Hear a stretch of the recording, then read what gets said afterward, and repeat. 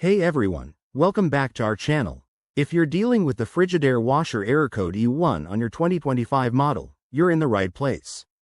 This frustrating code usually pops up when there's an issue with the water supply, like low pressure or a blockage, and it can stop your wash cycle dead in its tracks. Don't worry. We'll walk you through troubleshooting and fixing it step by step, so you can get back to clean clothes in no time. First off, let's understand what E1 means.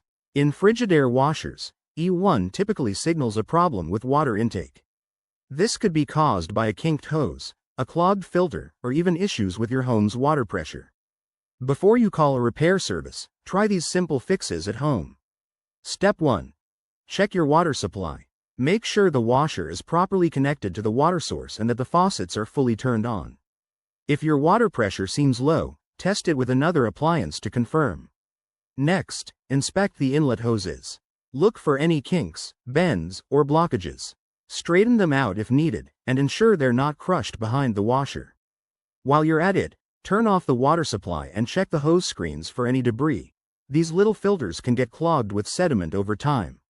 If that doesn't solve it, try resetting your washer. Unplug the machine for about 5 minutes, then plug it back in and run a test cycle.